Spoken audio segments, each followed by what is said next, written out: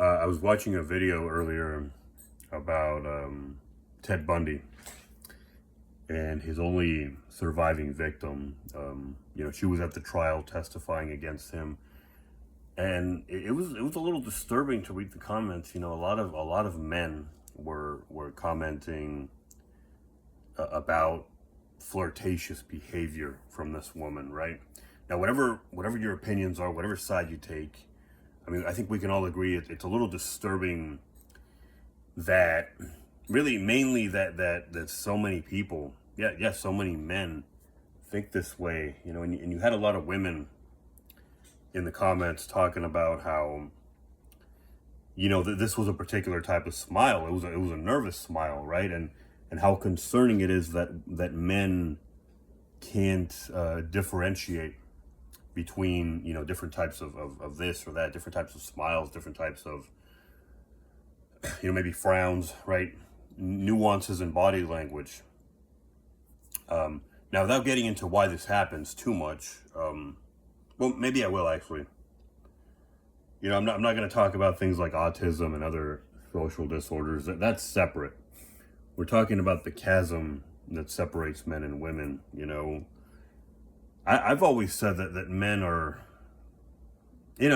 people will say this as a disparaging thing, but I believe that men are simple creatures. If and I commented to that effect.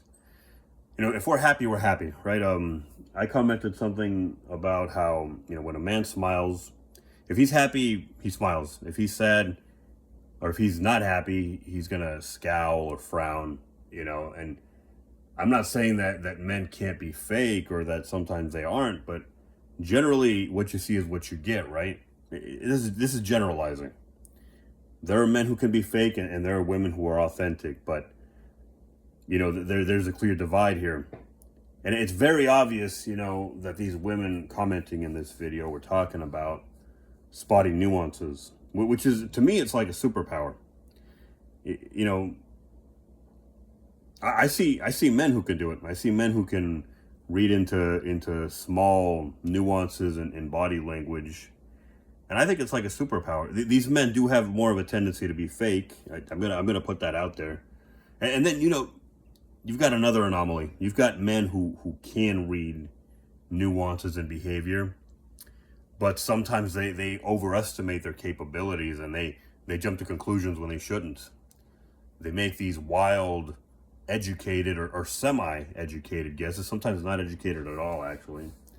They take a small thing and they just want to have they have a narrative that they want to continue spinning, so they run with it. They believe what they're going to believe, all right? And they take a small thing and they see something much bigger within it. Women do this too, some women do jump to conclusions and make, wildly uneducated guesses. I mean, it happens. But, to the point I was trying to make, I've gone in all these different directions and on all these different tangents. But, women do get accused of being fake. To keep it simple, I'm just going to word it like that. They get accused of being fake a lot more often. And I've kind of been realizing, you can't blame them for that. Just like you can't blame the men who are fake, It's cowardly in a way. And like I said, with women, you can excuse it. Women are meant to be cowardly in some way, shape, or form. And feminists are going to scowl at this, but women have always been protected by men physically. I know you have guns now and you have tasers, and so it's not quite as necessary, but women can protect themselves, but on some level, there is a physical difference, right? Even if some people don't want to admit it. Now, women don't have the luxury of being as authentic, which isn't to say that you don't have you have these brave, lovely women out there who are authentic, and they'll say what's on their mind, and they'll express what they're feeling, and they're not going to try to hide it. And again, there are men who don't do this, men who are, duplicitous and fake and false. I'm not trying to single out a particular sex, but it does happen. One does have more of this than the other, and vice versa. Now, was I saying? What was my train of thought? You can't blame women when they're fake. Just like men, you can't blame people for being fake because it is a defense response. It's a defense mechanism. If you don't want to be confrontational, you're going to have to be a little bit false, and that could include things like just kind of the pleasantries of life. The handshakes and the yes sirs and the yes ma'ams and the no thank yous and the mannerisms, right? The gentlemen of old times were considered pansies. They were considered soft, and I'm not gonna open up that rabbit hole. I mean, there might have been some reason for it, but not all of them were soft. I've veered off topic here. You can't blame women for being fake because and I'm gonna get into the meat of the matter here now. Women pick up on subtleties a lot better. They're not mind readers, and sometimes they want to believe they are. Sometimes they want to jump to conclusions and play little mind games, but they are better at picking up social cues, a lot better, so that they don't always need someone to be direct with them and say that this is what I feel, this is what I think. Sometimes they can see it in somebody's face, and they can authentically see it. So they don't need that. They don't need a direct, hey, this is what I am right now. This is where I'm at. This is what I'm feeling. So you also can't blame women as a consequence consequently for not always feeling the need to be direct. Women do have much more of a tendency than men. I'm not saying men don't do this, but women do it more often. A tendency to be indirect about things and to be what you might call false, what you might call fake. To smile when maybe she's not in a good mood. But, it's a certain type of smile, so he's got to just pick up on the fact that, that she's not happy, right? And other women maybe can pick up on it, so why can't he, right? So women are a lot more indirect, but they know that. We all know that.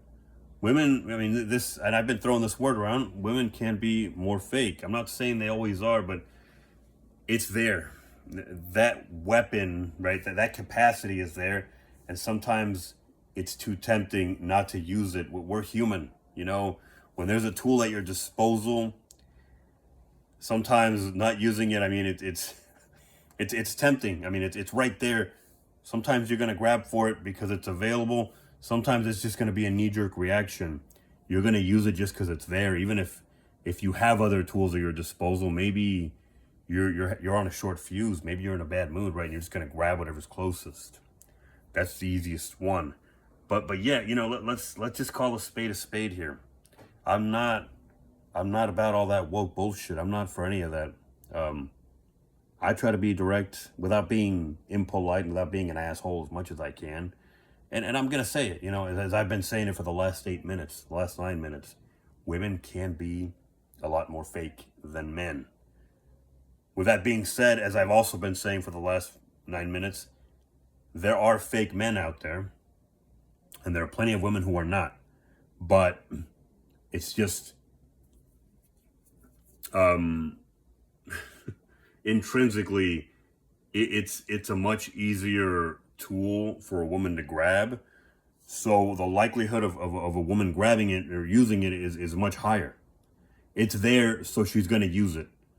Are there women who are going to have it at their disposal and know better and use something a little bit more appropriate or effective? Yeah, but it's right there.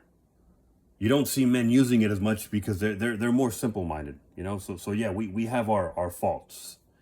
They're much more simple-minded generally, so it's not that we have it and we are taking the high road. We just don't have it available. So we're not going to use it quite as much. For women, it's there. And the women who choose to do better often are to be applauded, but it's there, so you can't blame the race, the sex as a whole for something that's just, it's gonna happen. I mean, it's just going to happen. It's a numbers game.